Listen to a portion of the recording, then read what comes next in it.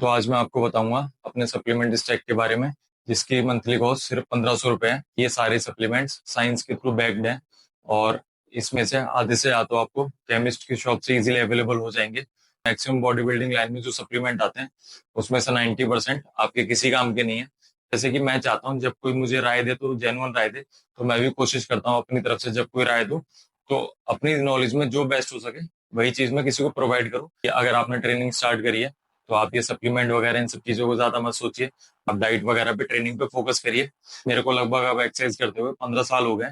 तो शुरू के 10-11 साल में तो मैं आपको कह सकता हूँ कि मैंने ऐसे ऐसा कोई बहुत ज्यादा कोई भी सप्लीमेंट नहीं लिया।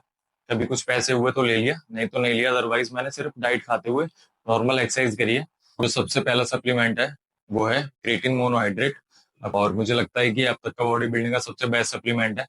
सबसे ज्यादा रिसर्च जो सप्लीमेंट है वो क्रिएटिन ही होगा। 250 ग्राम का 700 से 800 रुपए का मिल जाएगा। फिलहाल मैं क्यूएनटी का यूज कर रहा हूँ। ये उसकी पैकिंग है। जो है मैग्नीशियम। अब मैं तो मैग्नीशियम में बहुत सारी अलग अलग फॉर्म आती है।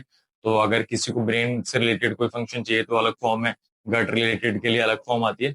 इसी तरीके से बहुत अलग अलग फॉर्म अवेलेबल है। बट अगर हम अच्छे एब्जॉर्प्शन वाले किसी मैग्नीशियम की फॉर्म की बात करें तो बाइग्लाइसिनेट बहुत अच्छी फॉर्म है। उसकी जो बायो अवेलेबिलिटी है वो काफी ज्यादा होती है।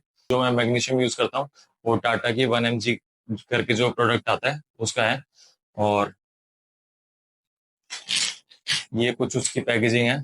फ्लिपकार्ट की सेल पे मंगवाया था तो मुझे लगभग 440 या 450 रुपए का मिल गया था। वो है हमारा विटामिन D3। अब D3 बहुत सारे फंक्शंस के लिए नीडेड होता है। मोस्टली तो लोगों ने सुना होगा कि वो हमारी हड्डियों वगैरह के लिए, क्योंकि जो कैल्शियम का एब्जॉर्प्शन है वो अच्छे से नहीं होता अगर हमारा D3 का लेवल पूरा ना हो तो।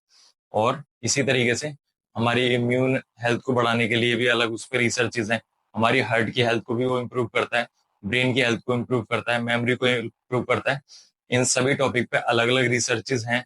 क्योंकि मैंने जैसा कि आपको बताया था कि अगर किसी सप्लीमेंट के पीछे साइंस नहीं होगी तो मैं खुद ही उसे यूज करना पसंद नहीं करता। बशर्ते उसके ऊपर वीडियो बनाना तो बहुत बात की बात रहेगी। विटामिन D3 की अब जनरली जो डोज रिकमेंड करी जाती है वो 2000 से 4000 IU की होती है। अब ये डिपेंड करता है कि आपके अंदर क्या उसकी डेफिशिएंसी है, इनसफिशियंसी है, या आपका लेवल कितना है। अब वो आपको लेवल चेक करा के पता लगेगा। केमिस्ट से जेनरिक ब्रांड ले लेता हूँ जिसकी की कॉस्ट लगभग 10 रुपए के आसपास पड़ती है। जैसे कि ये कुछ उसकी पैकेजिंग है। अब ये जनरली 60,000 IU के शैशे आते हैं। तो डिपेंड करता है कि जो मेरी बॉडी के अंदर अब इनसफिशियंसी है या नहीं है, या मेरा लेवल कितना ऊपर है। जैसे कि अब मेरा लेवल 90s के आसपास है तो मैं इसे 2 हफ्ते में भी ले लेता हूँ।